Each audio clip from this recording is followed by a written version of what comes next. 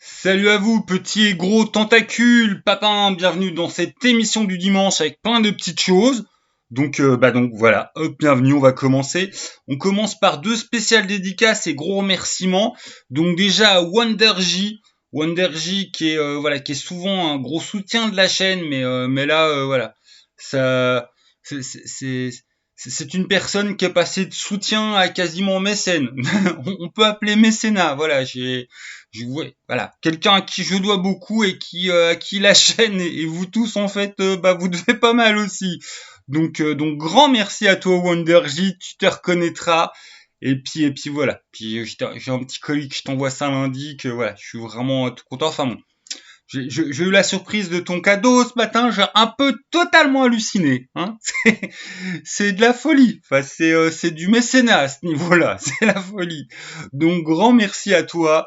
Et puis aussi un gros merci à Nounours, voilà, qui se reconnaîtra aussi. Ouais, j'utilise des noms de code à la con en fait pour que les gens gardent leur statut d'anonymat tout en se reconnaissant. Donc voilà, donc je pense que Nounours, tu te reconnaîtras aussi. Hein. Et puis Nounours qui avait déjà, enfin voilà, c'est quelqu'un qui participe en envoyant des jeux plutôt que les revendre. Voilà, de temps en temps, hop. Et donc là, on a tout Z-Corp en fait. Donc j'ai pris du temps déjà pour bien fouiner ça, machin. Donc hop, je vais faire un petit retour sur Z-Corp grâce à Nounours. Donc sinon, bah oui, j'avais fait la semaine dernière que c'était quand même galère financièrement. J'avais pris une bonne petite claque entre les frais de chirurgie dentaire, machin, plus la voiture, plus bidule et du. Bon bah du coup, on vous le résumer, grâce à Wondergy, ça va vachement mieux. Mais je vais pas faire que me reposer en fait sur voilà la mécène de la chaîne. J'ai une grosse ludothèque où il y a des trucs qui dorment. Je trouve ça débile en fait que ça dorme chez moi plutôt qu'être utile à des gens pour jouer. J'ai pas envie de revendre en douce sur Casus No ou Le Bon Coin. Donc voilà, quand j'aurai récupéré Internet, on va peut-être commencer par là. En fait, je n'ai plus du tout Internet, ça grille dans tous les sens chez moi. Et vu que je suis en fin fond de ligne agricole, je suis pas classé hein, dans les... voilà, je suis en terrain agricole, je suis absolument pas dans les priorités. Donc je récupérerai peut-être le net d'ici 2 3 semaines. Donc d'ici là, ça va être un peu galère pour tout ce qui est interview et compagnie. Voilà. Donc de toute façon, vous allez voir, hein, ça a touché quelques projets de la chaîne. Enfin, tout ça pour dire que quand j'aurai récupéré mon net, sur mon Facebook, je mettrai de temps en temps des jolies pièces à vendre, dont que Sierra sous une Man Pocket. Mais moi, ça me permettra voilà d'encaisser un petit peu financièrement mes déboires, sans pour autant faire un appel de voilà, on va pas créer un litchi sauver vieux geek ou ce genre de truc.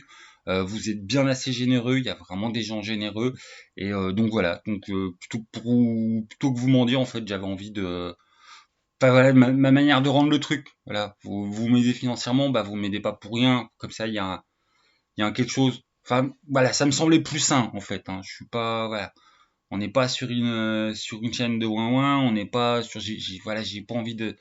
Enfin bon, ça me semblait plus sain en fait, tout simplement. Donc j'arrête de m'étendre. Je pense que l'idée elle est simple pour tout le monde. Donc du coup aussi le fait qu'il n'y ait pas internet, ouais ça se sait pas forcément, hein. Mais mes émissions je les fais pas que à l'arrache, enfin si je tourne à l'arrache hein, généralement, ça je vais pas vous faire croire. Au mieux il y a un mini plan, voilà. Hein, genre là aujourd'hui le mini plan pour pas oublier les sujets. Voilà. Et mais par contre je fais des recherches et du coup pas net, pas de recherche. Donc si je dis des conneries à un moment ou à un autre, vraiment, enfin corrigez-moi. Hein. Là, j'ai fait que des trucs d'après les bouquins que j'avais sous la main. Enfin, c'était un peu la galère, quoi. Donc, je suis absolument pas sûr de pas dire des grosses bêtises de temps en temps. Donc, voilà, on va faire émission interactive.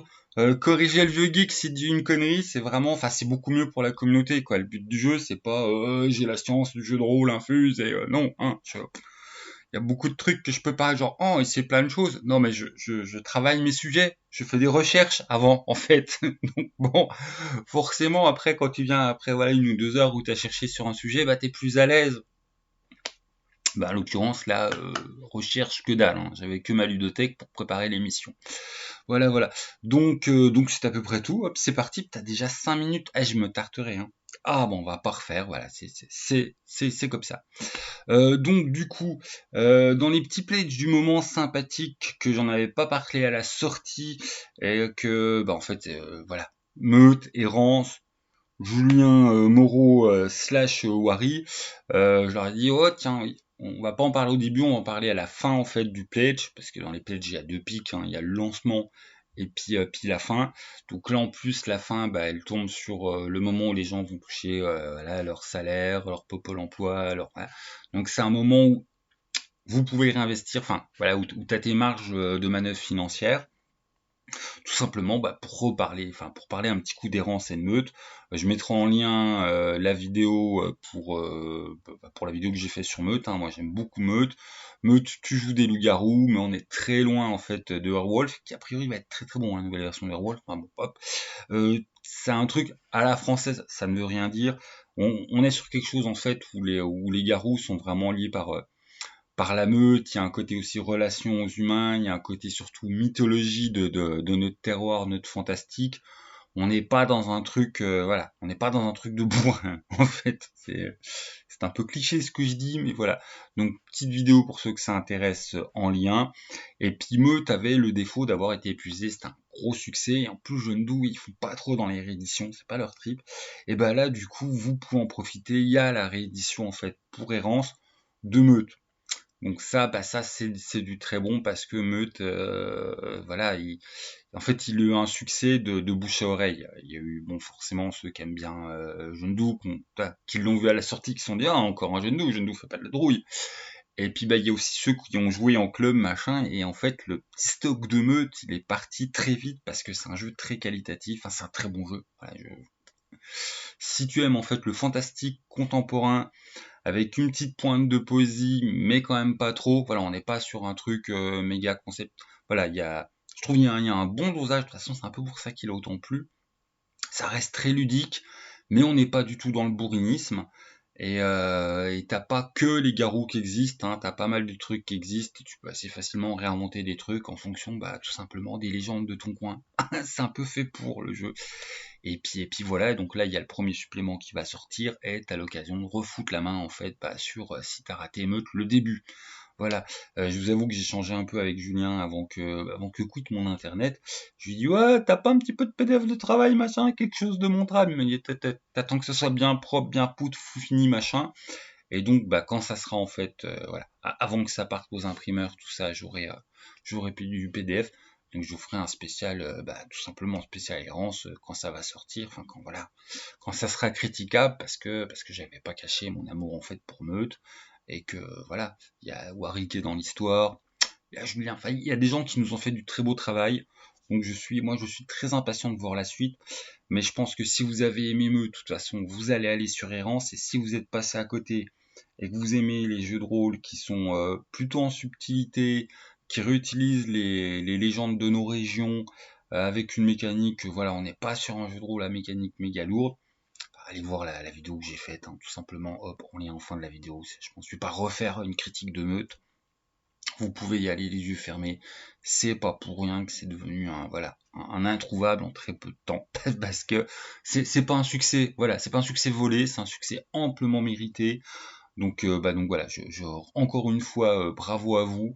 Et puis j'espère qu'Errance va marcher tout aussi bien. Hop, pareil, pas net, donc j'ai pas pu aller voir l'état du pledge, mais à mon avis, voilà, il n'a pas eu de soucis pour atteindre ses 100%. Ça, je pense que ça a été vite fait, bien fait. Et c'est un jeu de rôle qui mérite d'être découvert. Si vous êtes passé à côté, c'est l'occasion de rattraper votre art. Après, forcément, si vous aimez que le Medfan ou que le jeu où vraiment ça castagne, machin, pour déconner avec les copains en buvant toute une bière, on n'est pas sur ouais, si on est quand même sur un jeu un peu sérieux, avec de la trame de fond, avec quelque chose de, voilà, c'est plus pour, si vous aimez jouer, alors comment dire, si vous aimez jouer Boom Boom Cthulhu ou Maléfice, on est plus sur le Maléfice. Car ça fait style Boom Boom Cthulhu. Non, mais vous savez, le style Cthulhu Pulp. Hein. Je suis pas du tout méprisant Cthulhu. Grand respect, moi j'aime bien voilà, j'aime bien la franchise Cthulhu, donc on va pas, voilà. Mais le Cthulhu Pulp ou Maléfice, si t'es plus Cthulhu Pulp, tu vas aller sur Werewolf pour jouer du bon garou. Si t'es plus sur du Maléfice avec, voilà, des trucs un peu plus subtils et un peu plus de respect de nos légendes locales, tu vas sur Meute. C'est pas compliqué. Peut-être une petite préférence pour Meute perso, mais bon, parce que j'aime bien les légendes locales. Enfin bon, hop, vous l'avez tous compris. C'est actuellement, passons au sujet d'après. De toute façon, je reviendrai dessus quand j'aurai mangé le petit errant. Donc sujet d'après, juste avant ma coupure internet, je ne cesserai de le réparer, j'ai pu voir le premier épisode de la nouvelle saison Witcher. Et bon, alors forcément, on peut gueuler ou pas gueuler, respect, pas respect, machin. Bon. Encore une fois, des scénaristes qui se disent ah, on peut faire mieux que le bouquin originel, donc j'ai même pas envie d'aller là-dedans, on va voir ce que ça propose. C'est pas respectueux des livres, bon bah voilà, c'est pas respectueux des livres.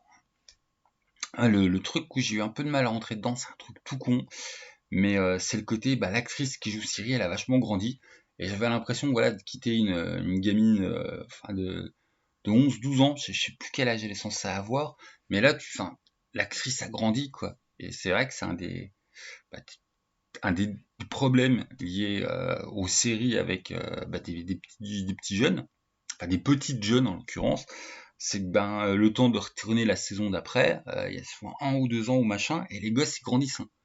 Et là on a quitté une série qui était haute comme 3 pommes, puis on a une série qui est, on voit les scènes à côté d'Univers, elle est presque à sa taille adulte, quoi.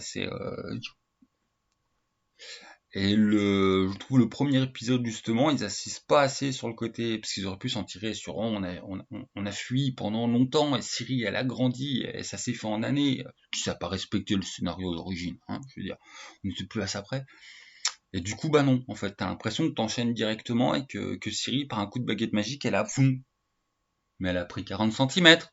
Mais je veux dire, avant elle t'arrive au nombril, et là tout d'un coup, boum, voilà, truc tout con, mais il y avait eu un peu ça aussi avec la dernière saison de Stranger Things, où du coup avec les effets spéciaux, ils avaient un peu rajeuni l'actrice. Mais ouais, c'est quand même une des difficultés, je pense, hein, du monde des séries, quand dans une série à succès où bah en fait l'acteur réel grandit plus vite dans la vraie vie que son personnage, et voilà. Enfin, bon, c'était ma petite réflexion de la semaine débile, mais c'est un truc, du coup, j'ai eu du mal à rentrer dans la nouvelle saison de Witcher, alors que bon, le côté, ils sont pas respectueux des bouquins, ça fait longtemps que j'ai fait une croix dessus, bon, c'est pas grave, c'est du Witcher, je prends mon truc, j'étais content. Morty est à fond dedans, mais alors, je dirais, elle gueule pour la perte du net parce qu'elle peut pas voir son Witcher. Le reste, elle s'en fout. Mais alors, Witcher, elle râle tous les soirs. Ah, punaise, je peux pas voir Witcher. C'est marrant. Enfin, voilà. Et puis je croise les doigts, je sais pas, il y en a peut-être qui sont à l'épisode 5, 6 et qui sont en train de hurler parce qu'ils ont fait de la merde, j'en sais rien. J'ai vu que le premier épisode et puis c'est tout. Donc hop, continuons. Là c'est vraiment une vidéo où je pars dans tous les sens. Alors ça je vous en avais parlé il y a peu de temps, des fleurs pour Morterive, donc qui est une production en fait d'un auteur indépendant non officiel pour Midnight. Et en fait il était très sympa, il m'a envoyé 2 exemplaires. Donc il y en avait un pour moi dédicacé tout sympathiquement, puis l'autre idée c'était de l'offrir à la communauté, mais vous êtes plusieurs, et puis je sais pas comment faire, et puis surtout je me suis dit mais en fait j'ai Viva qui est le traducteur qui avait sorti Midnight, qui était passé en interview, c'est vraiment quelqu'un qui aime bien Midnight, et puis en plus enfin voilà le PDF il est vraiment pas cher, donc je me suis dit tout simplement on va l'envoyer, on va l'envoyer à Jay. Enfin, il me semble quelqu'un qui en France est fan de Midnight, qui a bossé sur la VF de Midnight. Voilà, quitte à avoir 2 exemplaires, autant qu'il y en ait un qui aille dans les mains de Jay. Alors peut-être qu'il l'a déjà, peut-être qu'il a déjà le PDF, je sais pas, il me dira. Jay, voilà, que quelqu'un ait l'info, tu contactes Bartus pour ton adresse, ça va me parvenir par le bouche-oreille habituel du jeu de rôle, ou Mathieu de Roulistellé qui passera, Bartus qui me passera, enfin, j'ai besoin de ton adresse pour t'envoyer des fleurs pour Morterive. Et puis si tu l'as déjà, c'est pareil. Matt, Bartus, non c'est bon. Et puis je le passerai à quelqu'un de Discord qui est fan de Midnight. Mais voilà ça. Moi j'ai trouvé ça très sympa et je trouve ça sympa que ça aille dans des mains de passionnés, tout simplement. Ensuite, respectons le plan. Tintin, Zombie vs Mafia, il est enfin là. Hop, Slater, Michael et Vieux Geek. Ouais, on a beaucoup hésité à mettre Vieux Geek. Mais finalement, bon, j'ai vraiment participé pour de vrai au projet, donc à un moment, voilà, je fais partie des co-auteurs. Donc, je vais le présenter très rapidement parce qu'on va pas faire son auto-promo non plus.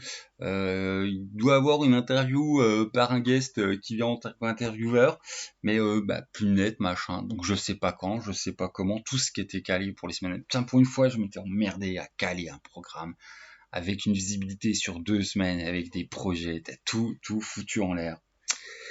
C'est pas grave, hein. C'est que de l'internet qui saute et du programme de chaîne YouTube, voilà, Ulysse pour passionnés. Donc, honnêtement, il y a tellement plus grave dans la vie que c'est pas grave. Voilà, on jonglera, on trouvera des solutions.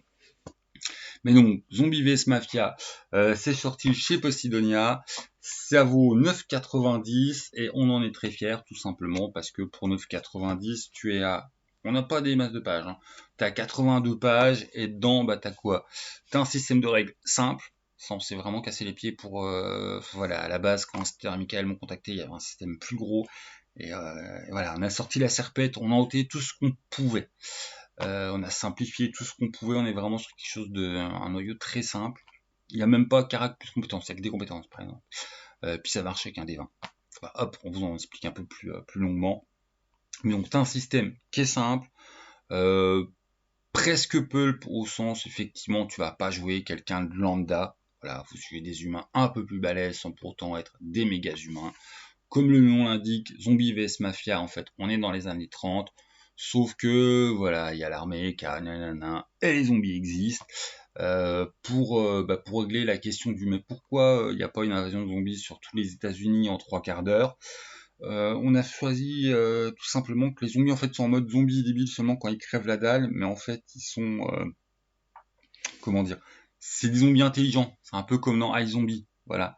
On n'est pas seulement sur du zombie complètement con qui va courir partout, c'est pas World War Z, voilà, on est sur du zombie qui est lucide, qui a conscience que l'armée le traque et qui du coup, ils vont plutôt, voilà, ils sont plutôt cachés en 12D dans les égouts, et donc en fait, on a des zombies intelligents, ceux qui justifient qu'on n'ait pas une épidémie complètement folle, c'est pas juste des créatures folles qui courent dans les rues pour bouffer les êtres humains, en fait. Voilà, c'est dès qu'ils ont bouffé un cerveau, ils sont calmes pour un moment, puis quand ils ont bouffé quelqu'un qui ont bouffé un cerveau, sans cerveau, tu deviens pas un zombie. Donc en fait, il y a une vraie raison intra-biogétique dans l'univers de jeu qui fait qu'on n'est pas sur une épidémie de zombies qui se développe en 3 jours et demi sur l'ensemble des États-Unis. Au contraire, on est sur des zombies qui font profil bas. Puis années 30, voilà, donc c'est le moment de la récession, c'est le moment, je sais plus là. Là, quand l'alcool était, je sais plus mes mots, voilà, je sais plus, je trouve plus le moment en fait où on n'a plus le droit de vendre de l'alcool, donc voilà, une grosse mafia. T'as description d'une ville, description des familles mafieuses, et t'as 3 scénars qui sont avec. Donc t'as les règles, t'as le background, le pourquoi les zombies, d'où ils viennent, qu'est-ce qui se passe, voilà, des zombies notables, des PNJ. Il y a des PNJ pour chaque faction, c'est-à-dire pour les familles, le BOI, anciennement le FBI, les petits organismes de presse privés, voilà. On essaie de faire un truc qui couvre un peu tout sans aller à donf dedans. Et puis t'as des règles. Le truc le plus compliqué, c'était un vrai choix pour nous, c'est qu'il y a 12 compétences en fait qui vont de 6 à 18 et il faut répartir des points de créa dessus. On s'était pas mal demandé est-ce qu'on fait des chiffres à distribuer. Bon sinon en fait voilà, les gens ils sont pas débiles. T'as 150 points à répartir dans 12 compétences, ce qui te fait une moyenne de 12,5 par compétence. Si tu veux une compétence très élevée, du coup, faudra que le reste soit un peu plus bas. Et puis voilà, c'est la plus grosse difficulté du jeu. T'as 150 points à distribuer dans 12 compétences. Donc on est à peu près sur un niveau de difficulté CM1. Voilà. Et après, c'est très simple. Hein. Tout ce qui est combat, c'est très simple. Tout ce qui est progression XP, c'est très simple. On a vraiment des règles simples. Un univers qui t'est donné, qui est moins dark que ce que j'avais proposé, au sens où je me suis fait censurer une de mes parties de création. J'ai fait un truc assez hardcore au niveau de tout ce qui est Ku Klux Klan, vraiment voilà, on n'a pas édulcoré, hein, on est sur une Amérique quand même un petit peu beaucoup raciste, un petit peu beaucoup sexiste, et fait pas bon, voilà, fait pas bon d'être noir, fait pas bon d'être une femme. C'est pas, voilà, on n'a pas édulcoré les États-Unis, et donc du coup c'est une période où c'est pas sympa, et j'avais encore plus levé le truc avec le côté vraiment, voilà, une grosse présence du Ku Klux Klan, un camp du Ku Klux Klan, machin. Et puis Slater et Mike se sont dit ouais c'est quand même un peu trop hardcore et puis on a envie d'un jeu un petit peu plus voilà un petit peu plus léger et c'est vrai que l'idée c'est vraiment de proposer un jeu qui peut être grand public où il est rapide à prendre en main voilà c'est l'histoire de mafia dans les années 30 sauf qu'il y a des zombies hop t'as le pitch boum J'étais parti un peu plus dans du dark à la Sin City, puis finalement, on a fait à peine moins dark. Et là, t'as le pitch avec des règles simples que t'expliques en 5 minutes. Et donc, ça peut être un bon jeu d'initiation. C'est un bon jeu, voilà. Le projet, c'est un jeu apéro. Un jeu qui explique simple, rapide à tes copains, où tu peux bien rigoler avec voilà une simulation légère, sans pour autant jouer du tout des super-héros. Tu joues quand même à échelle humaine. Tu peux jouer à la fois des mafieux, des gens normaux qui sont plus des enquêteurs, des journalistes, et tu peux jouer les zombies. On a rendu les zombies jouables, vu que les zombies sont intelligents. Voilà. C'est aussi un des intérêts dans les zombies intelligents, c'est qu'ils sont jouables. Et puis le tout, on est à 9,90. Donc c'est là-dessus aussi, on est assez content, c'est que c'est un jeu de rôle qui est très abordable. Voilà, hein, on a ça, c'était le deal avec l'éditeur. Voilà, on veut un jeu qui soit abordable pour tous, qui soit vraiment abordable pour pour les étudiants, pour les lycéens, pour les collégiens.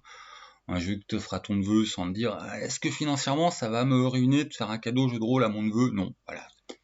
Tu lui achètes un dé de 20, tu lui achètes Zombie vs Mafia, t'en as pour 12 boules en comptant le dé, et puis ton neveu il peut se mettre tout seul au jeu de rôle.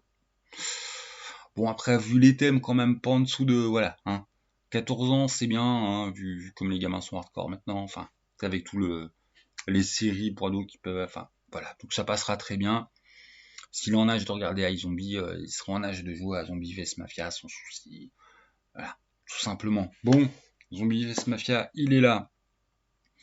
Ensuite, déjà 21 minutes, Z-Corps, ouais, bon, 21 minutes, j'ai en plus d'autres trucs à parler, on va faire Z-Corps rapide, comme ça je ferai une grosse vidéo sur Z-Corps, tout simplement parce que Z-Corp, le sujet de fond que je voulais aborder, c'était un vieux jeu 2010, hein, de mémoire, on était chez le 7ème cercle, alors, c'est avec de Favre, mais il y a déjà qui d'autre aussi, pas que je dise des bêtises, Florent et Nico, avec Willy Favre, et Christophe Vallat.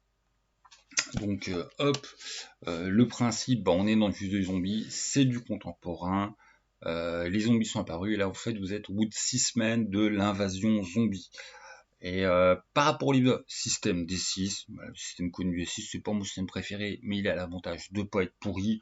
En plus, ils ont rajouté des règles de stress qui sont très bien vues, parce que justement, effectivement, hein, quand tu es poursuivi par des zombies, le stress peut faire que tu peux faire des conneries ou perdre tes moyens.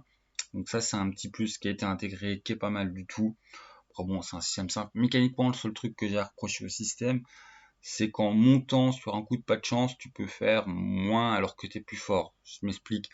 Tes compétences, ça va marcher à coup de D6. Tu peux fractionner un D6, ce qui fait que voilà, tu peux avoir 2D6 plus 1. Après ta compétence elle monte à 2D6 plus 2. Puis après ta compétence elle monte, tu seras à 3D6.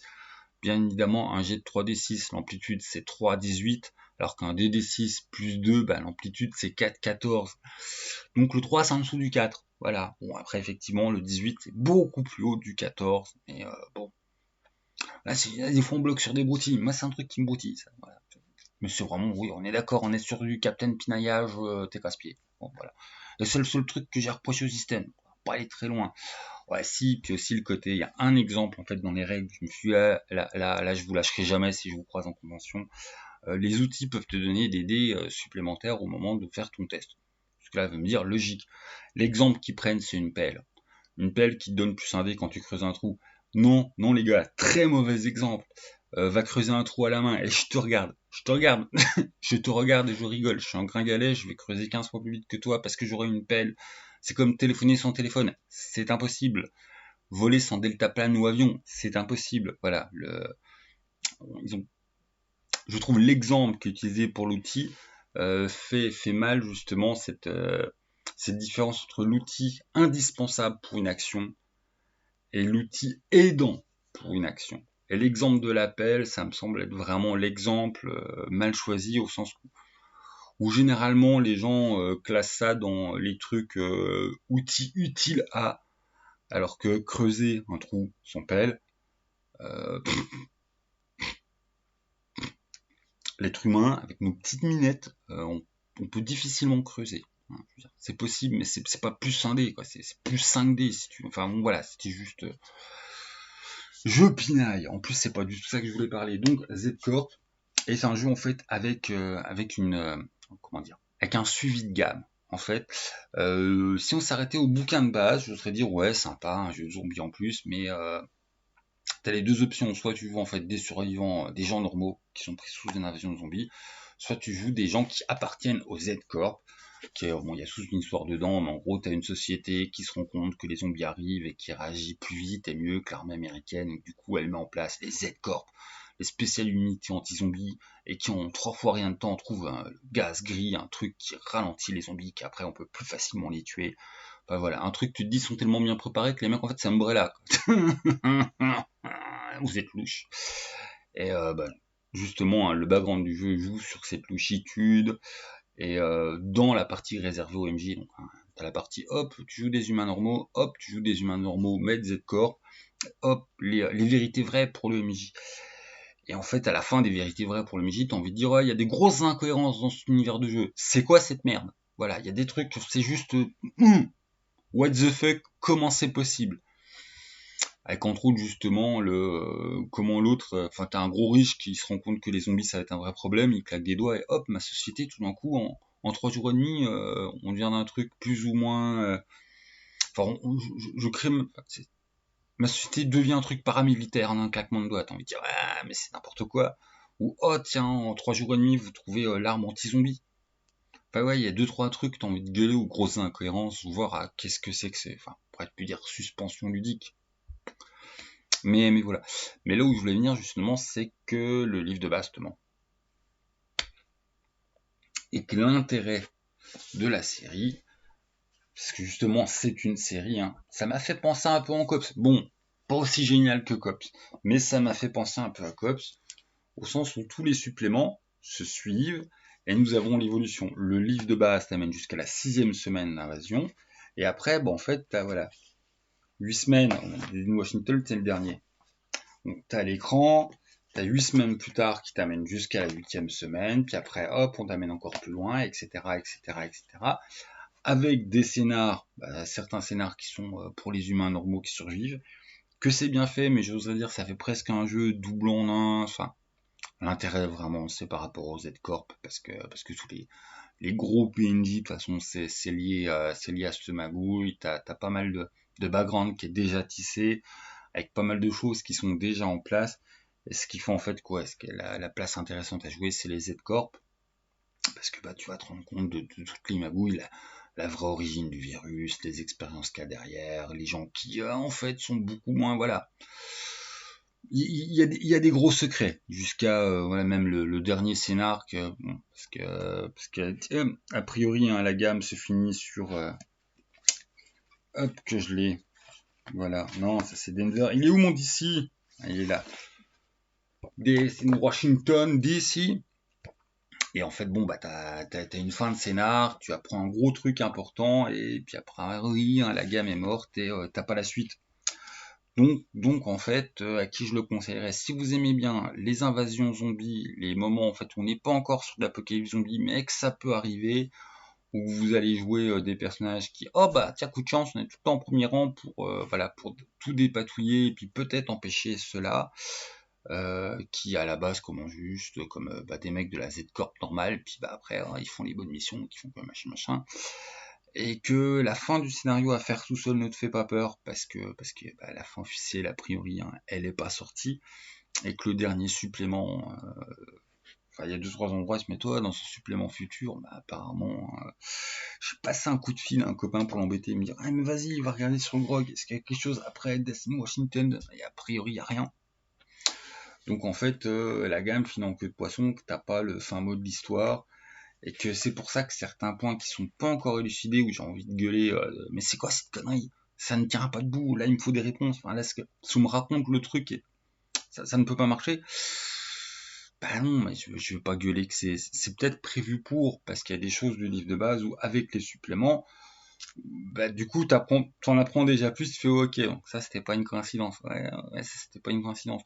Par exemple pour moi on a l'histoire du patient 0 et l'histoire du patient 0 plus 1, qui est un patient très spécial, mais jusqu'à un long moment, mais ouais, ok, là c'est nu n'importe quoi, c'est vraiment, c'est digne d'une coïncidence, un épisode de Buffy, hein, que lui se retrouve là au bon moment, et que vraiment, voilà, seulement la dernière révélation du dernier scénar, du dernier supplément, te fait ok, donc c'était pas une coïncidence, lui c'est le neveu à machin, qui a le bras droit de bidule, et qu'en fait, bah ça se trouve, il avait manipulé pour que lui soit là dès le début, parce que lui, il avait les moyens de savoir ce qu'elle est. Ok. Mais ça, c'est moi qui suppute. Enfin, si tout le truc que vous avez fait, lui, c'est le... Ça, c'est donné. C'est la dernière révélation de la gamme. Et donc après, oui, le truc de coïncidence que t'as envie de gueuler au début du livre de base, c'est n'importe quoi, c'est digne d'un épisode de Buffy, puis au bout de 6 semaines que les zombies en soient que là, c'est n'importe quoi, et qu'ils trouvent les gaz aussi vite, c'est n'importe quoi. En fait, il y a beaucoup de c'est n'importe quoi, qui sont n'importe quoi qu'à partir du moment où tu restes au livre de base, où effectivement, en fait, on te ment, voilà. Le côté toute la vérité pour le MJ, non. Bout de vérité pour le MJ, on te dit pas tout, il y a des trucs importants que voilà pour que ce soit cohérent bah qu'on ne dit pas, donc à la fois bon je le comprends pour le côté rythme et puis révélation pour le MJ comme ça bah t'as l'intérêt en suivant la gamme et de toute façon Coop l'avait déjà fait hein. Mentir un petit peu sur certains points de détail pour voilà, donc Z-Corp l'a fait. Au final le seul défaut de Z-Corp bah c'est de pas avoir la fin parce que les trucs que j'ai envie de gueuler en fait sur le livre de base que par rapport au voilà, que par rapport au background en fait c'est mal réfléchi et ben en fait c'est pas que c'est mal réfléchi, c'est qu'on te ment un peu et qu'on sait plus par rapport au supplément, voilà tout simplement, et que les trucs que j'ai toujours pas la réponse, je serais un fou cul de dire oh non c'est une erreur machin, c'est sûrement des trucs qui avaient été tissés parce que bon les gars ils savent écrire et qui étaient voilà qui sont dans les révélations à venir. Donc Z-Corp, c'est pour qui il tourne un peu d'occasion et puis voilà, donc c'est pas le voilà, c'est pas l'occasion la plus rush. Par contre, bon, je vous préviens tout de suite, hein, Z-Corp prend de l'intérêt si vous avez la totale. Avoir juste le livre de base de Z-Corp, c'est si en fait vous en avez rien à foutre du toute la storyline officielle et que vous dites juste moi j'ai envie d'un jeu d'invasion de zombies et puis je veux bien faire tout à ma sauce. Et donc tout l'aspect un peu background qui t'a amené par le livre de base, tu t'en fous et il est quand même important dedans. Je voudrais presque dire, tu prends n'importe quel jeu contemporain avec où il y a un zombie, tu fais ton invasion zombie, ça ira presque autant parce que en fait il y a quand même beaucoup de background. C'est un jeu vraiment à univers et à secret et qui va t'amener à découvrir cet univers et ce secret. Donc moi voilà, j'en attendais strictement rien. Ça a été plutôt une bonne surprise, même si bah du coup en fait on sait pas, voilà, les trucs, il y a des trucs qui m'interrogent encore. Mais vu qu'une partie des trucs qui m'interrogeaient encore et que je pointais comme des erreurs grossières, voire des trucs qui m'énervaient dans le livre de base, les suppléments n'y laissent pas de côté, ils reviennent dessus. Donc du coup, je sais pas. Enfin voilà, je sais pas au sens où littéralement, je ne peux pas me permettre de dire tel et tel point dans le livre de base, c'est de la merde, tout simplement parce que bah non, c'était peut-être prévu voilà, de l'utiliser au sens du t'as vu ça, on t'a dit ça MJ, mais ça ne tient pas debout, bien évidemment, car blablabla, parce que ça ils te le font déjà dans les suppléments. Donc voilà. Donc Z-Corp, c'est pour qui? Bah c'est pour les gens qui aiment bien les trucs d'invasion de zombies, non pas où on joue sur le post-apo comme un Walking Dead, mais on joue vraiment le moment où voilà l'épidémie arrive.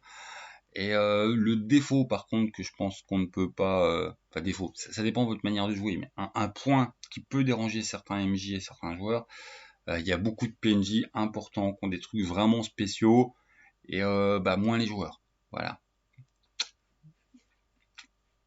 Sachez qu'il y a des MJ qui aiment bien qu'à leur table, en fait, les premiers rôles et les gens vraiment importants de l'histoire soient les joueurs.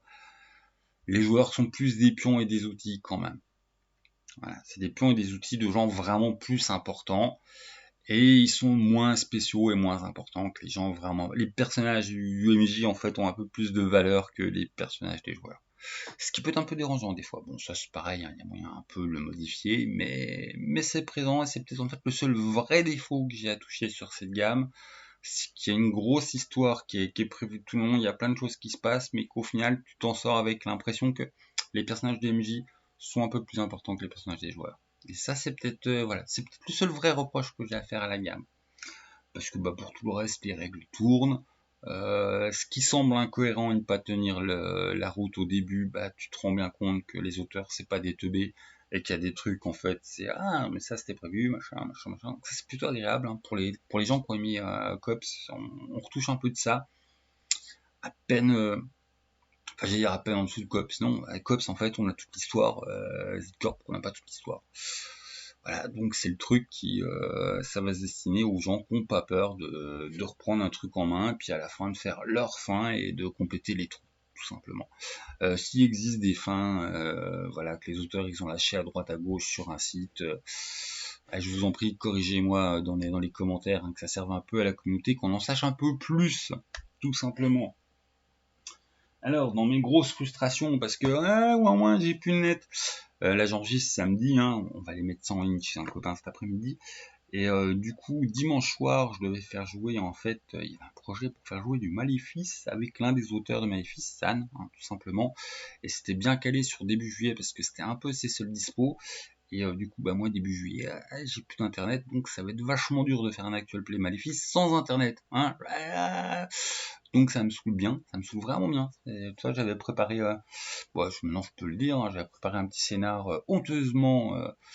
J'ai repris la base en fait du Souffle du Dragon de Néphilim, parce que l'intérêt de la V1 du Souffle du Dragon, c'est on est avant de la révolution Internet, et l'air de rien, mais en fait les moyens humains avaient moins progressé de l'époque de Maléfice à la V1 de Néphilim que les scénarios que tu peux modernes, où tu as du web, du téléphone portable, le seul truc c'est il y a plus de voitures, mais voilà, les gens n'ont pas cette capacité de foutre en l'air un scénario parce que je prends mon téléphone portable, je passe un coup de fil, je vais regarder Wikipédia, j'ai les infos, j'ai le net, j'ai le machin, la difficulté d'adaptation technologique est moins grosse d'un FV1, donc pré-internet, pré-téléphone cellulaire, tout ça.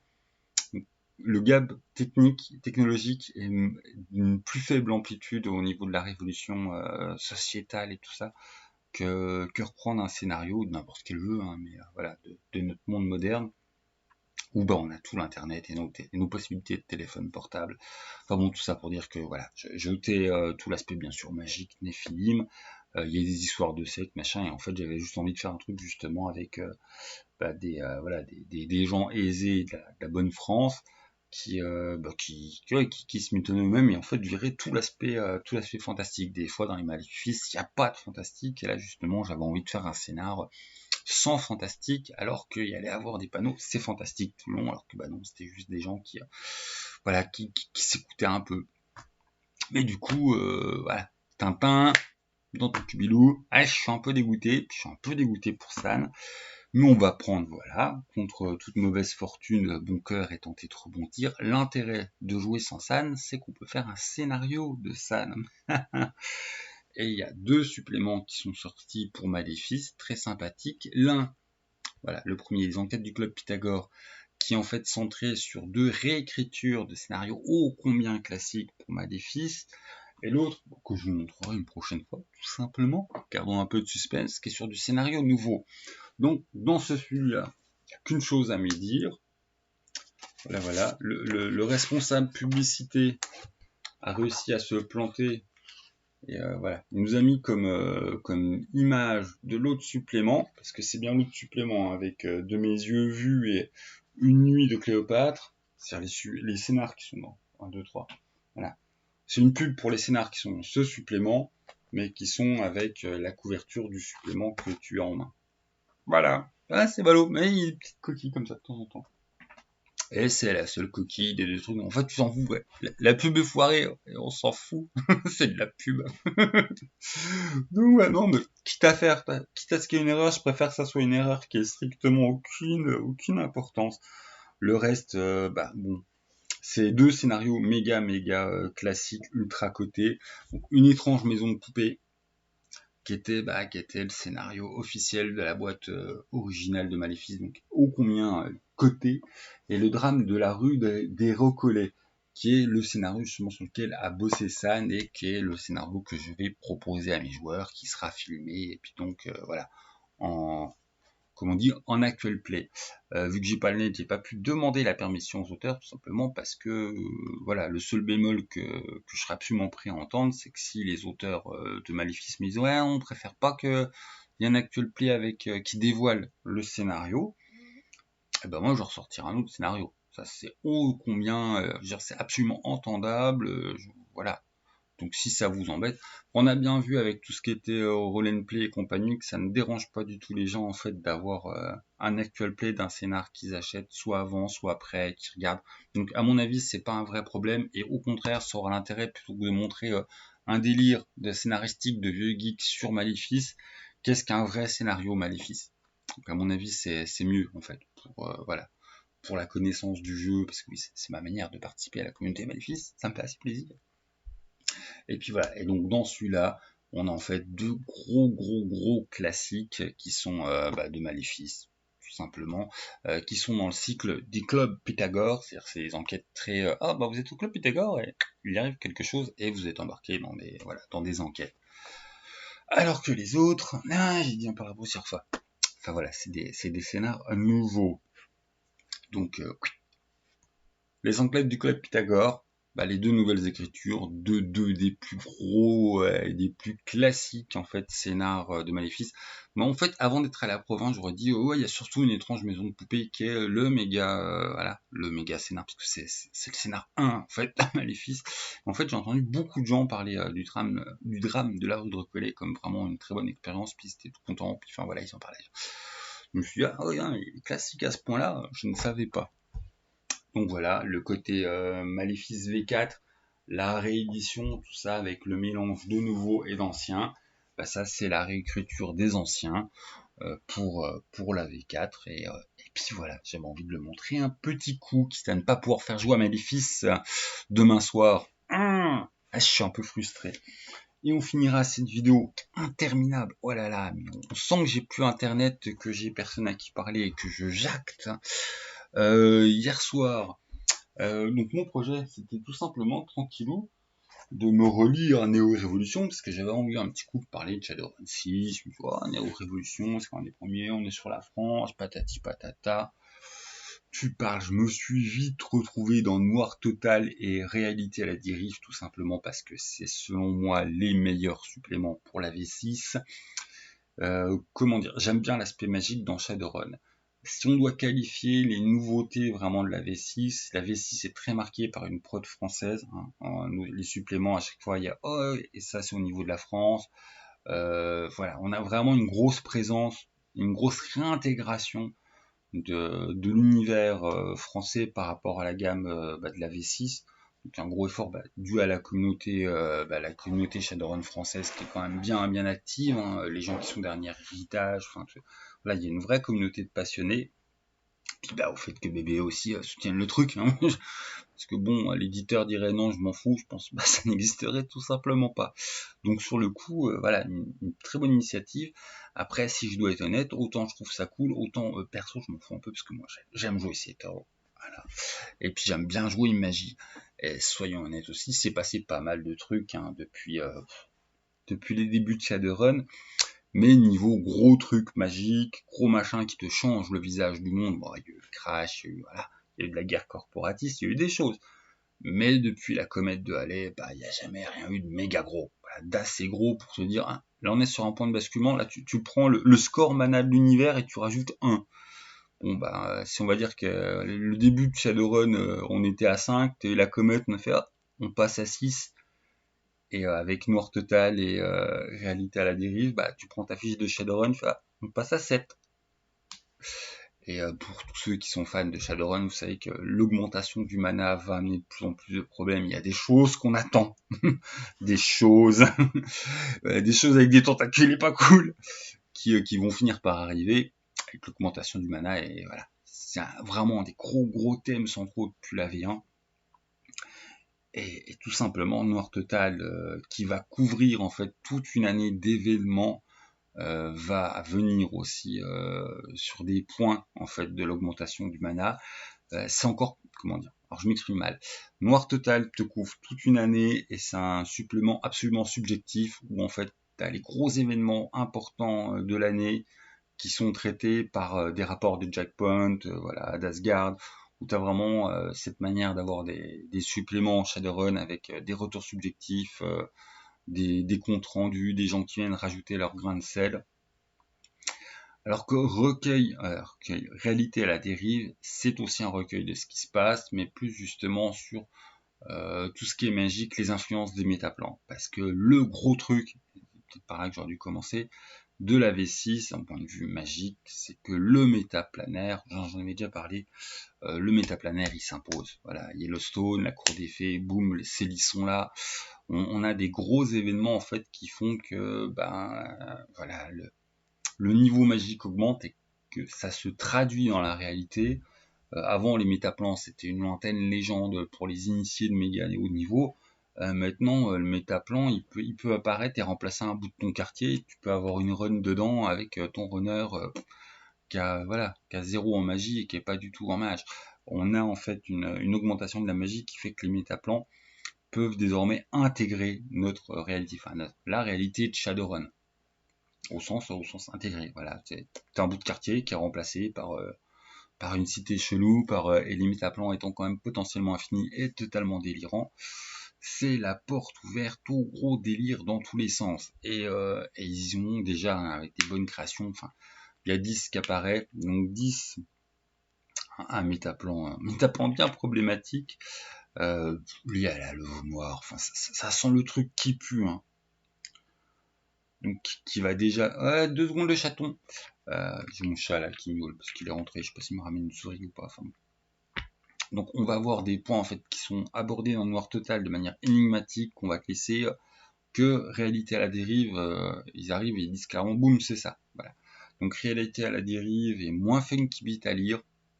Noir total, t'es vraiment pris dedans sur ce côté quand Shadowrun, un petit côté roman, quoi. Tu y crois, c'est une aide de jeu. Voilà, c'est une aide de jeu entière, le bouquin. Et c'est ultra immersif. Si t'aimes ça, hein, parce qu'après c'est pareil, il faut la chasse au puzzle. C'est telle info. Ça me rappelle ça, machin. Donc, ça peut perdre aussi tous les gens qui sont pas à l'aise avec le background de Shadowrun. Tu peux regarder ton Streetpedia en parallèle. C'est un supplément dur à pénétrer. Après, c'est un supplément qui apporte beaucoup. J'ai déjà parlé aussi de l'apparition d'Elise. On a un Res, Knight Errant qu'on fait n'importe quoi au niveau des insectes. Et on fait des expériences. Et on a un nouveau type de personnage qui est entre la méta-humanité et l'insecte. Et ça, c'est pareil. C'est la première fois où on va pouvoir avoir de la créature médiane à un pied entre les deux mondes. On t'explique bien que le métaplan des insectes, en fait, c'est comme notre univers, sauf que c'est une immense fourmilière. C'est pas une fourmilière, mais voilà, c'est des galeries de partout. Et partout, il y a les insectes. Et que si les insectes devaient envahir la réalité de Shadowrun, ils se rendraient même pas... pour eux, ça ne touche pas leur population. C'est juste, boum, vous êtes envahis. Chez nous, c'est comme si il y a 3 clampins qui sortent, quoi. Mais c'est pas... on a un rapport de force qu'en fait, on vient d'apprendre que les insectes sont beaucoup plus puissants que nous, et que le seul truc qui protège la réalité de Shadowrun d'une invasion et d'une extermination radicale et en 3 mouvements par les insectes, c'est que c'est un métaplan très très loin. Très loin les insectes, et du coup, quand les insectes viennent dans la réalité de Shadowrun, ils sont soumis à l'entropie magique, l'évaporation, voilà, donc heureusement pour la méta-humanité de Shadowrun, le métaplan insecte, c'est très loin. La ruche, elle est très loin, mais quand même ça pue. Et là, en fait, on a des hybrides qui sont à la fois humains et insectes, et qui sont intéressants à jouer parce que c'est pas du tout des machines à viander. Voilà, et on apprend plein de trucs sur les insectes, mais on apprend plein de trucs sur tous les métaplans et surtout, voilà, Noir Total va te prendre par tout ce côté subjectif et informations croustillantes qu'il faut chercher, qu'il faut décrypter. Moi, je préfère Noir Total, même si je dois reconnaître très clairement, réalité à la dérive est beaucoup plus, elle est plus utile. T'as plus de, voilà, t'as plus de vision, t'as plus de décalage. Tu vas voir, t'as des trucs de règles. Hein. Réalité à la dérive. Noir Total, t'as pas grand chose. Hein. T'as du background. Réalité à la dérive, tu vas avoir des trucs de règles par rapport au nouveau métaplan, la magie, comment ça va se passer, tout ça. Donc il est plus utile. C'est selon moi les deux suppléments indispensables de la V6. On n'a pas encore un super scénar pour la V6. Je suis à peine déçu par 30 nuits parce qu'il est sympa, il est bien fait, mais je trouve que bon, à la fin, ça manque d'envergure. Mais vraiment, Noir Total et Réalité à la dérive sont deux très très bons suppléments de Shadowrun. C'est le nouveau souffle de la V6. C'est surtout, je me meurs, une bouffée de café.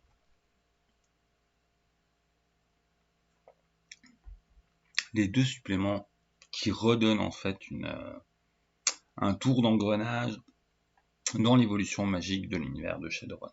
Voilà, on a vu pas mal d'évolutions, enfin les IA qui se spécialisaient, il y a eu pas mal de choses qui sont passées. Voilà, tout ce qui est de l'ordre des magiciens du net. Enfin, il y a eu pas mal de petites avancées, de petits changements, mais là on a vraiment un nouveau point de basculement et honnêtement, à part le second passage de la comète, il n'y avait rien. Enfin voilà, il y a rien qui était aussi marqué sur l'avancée magique et du coup toutes les possibilités, les transformations du monde de Shadowrun que ça augure, parce que là les métaplans, voilà, maintenant les métaplans sont accessibles. Avec tout le problème que l'ennemi se rapproche. L'ennemi avec un grand E, c'est quasiment une faction, voilà, par rapport à Shadowrun. Bon, je pense que de toute façon, si vous en êtes là des vidéos, c'est que vous connaissez Shadowrun et que vous savez c'est quoi l'ennemi. Et donc, quand il y a un métaplans qui se rapproche, c'est l'ennemi qui se rapproche. Donc, on est sur un point de basculement avec cette V6 et ce background qui officialise que les métaplans sont là, tout simplement. Donc c'est cool, il y a déjà rien que les elfes qui magouillent avec les fées, et t'as envie de dire, là il y a du moyen. Mais ça va, c'est les tirs qui magouillent avec les Céli. Qu'est-ce qui va se passer quand on va avoir les Unceli, avec qui vont magouiller les Unceli? Donc non, il y a vraiment, il y a du gros, il y a du si t'aimes Shadowrun et que t'as pas peur de te mouiller les mains et partir dans ton propre trip, là tu peux. On n'a jamais eu un Shadowrun qui était autant épico-magique délirant. Après, ceux qui préfèrent le Shadowrun un petit peu justement low level magie, vous pouvez avoir peut-être un peu froid dans le dos parce que là, clairement, on est parti dans l'augmentation du délire magique. Ça va être dur d'échapper à des gros délires magiques dans pas mal de scénars parce que la magie envahit le monde. On est vraiment sur un truc, littéralement, la magie envahit le monde. Les métaplans, c'est ça. C'est la réalité devient fragmentée, fractionnée. Il y a des choses qui, ton quartier peut disparaître, puis t'as un bout d'un autre plan qui apparaît à leur place. Ils sont rares les endroits où ça se stabilise. Yellowstone, par exemple, avec le cours des fées. Du coup, c'est un fait mondial. Mais pour n'importe quel run, c'est possible. Enfin, c'est la porte ouverte au bon gros délire. Bon, je ne suis pas du tout cohérent. De toute façon, c'est clairement mes deux suppléments préférés pour la V6. Les deux suppléments qui, selon moi, apportent un réel changement à la V6. Et je pense que quand on lancera la V7 ou à parler de l'historicité Shadowrun d'ici quelques années, voilà, chaque édition apporte ou n'apporte rien par rapport à la storyline officielle. Et à mon sens, ce qui est apporté par la V6, c'est l'édition qui dit les métaplans sont là et on jouera plus pareil à Shadowrun après. Voilà. Il y a eu des éditions qui ont apporté des moments fractures historiques. Oh, il y a un crash. Oh, il y a du Kenzal qui est tué. Oh, la comète arrive et il y a la seconde vague de globalisation. Là, on a boum, les métaplans sont là. C'est pour l'univers de Shadowrun, on est sur un moment charnier historique. Et si vous voulez pas rater ce moment charnier historique, il y a deux suppléments pour ça. Noir Total, Réalité à la dérive. Réalité à la dérive est plus pratique et vous permettra d'avoir une vision d'ensemble plus sympa. Il est moins funky beat à lire. Je veux dire, Noir Total est beaucoup plus, il est plus accrochant, il est beaucoup plus passionnant. Après, tu auras plus de réponses en Réalité à la dérive. Voilà. Je pense par exemple au 3e régiment. Dans Noir Total, tu as une histoire de régiment qui disparaît. La vérité, tu l'as dans Réalité à la dérive. Après, quand tu l'apprends dans Réalité à la dérive, ouais, c'est un petit chapitre. Oh, c'est marrant, tiens, il se passe ça. Oh, tu sais, il y a 10. Oh, il y a un métaplan qui fout la merde. Dans Noir Total, t'es plus intrigué, t'as plus les choses. Bon, je pense que on va frôler l'émission d'une heure, ça va être long comme tout upload. Donc, bon visionnage les gens, j'ai bien jacté. oh, blablabla. Et puis voilà, des bisous à tous, jouez bien, bonne semaine, tout ça, bon été. Et puis voilà, hein, tout simplement. Plein de trucs positifs. Je ne sais dans quel sens aller. De toute façon, on a des actus qui sont pas très funny. Donc voilà, on va pas se faire envahir par toutes les actus. Et on va juste prendre notre petite bulle de rôliste à nous et puis faire souffler un petit peu. C'est un espace de paix et d'amour. Des bisous à tous. Jouez bien. Et oui, surtout, hein, si vous voulez compléter cette vidéo qui a été vraiment faite que sous les bouquins que j'avais sous la main avec zéro de recherche possible, vous gênez pas, corrigez-moi, commentez. Je pourrais pas vous répondre, je pourrais même pas vous lire avant de récupérer mon aide. Mais voilà, que ça serve pour les uns et les autres. Voilà, le but c'est d'être un noyau de communication, d'être un Jack Points. Salut les gens, jouez bien.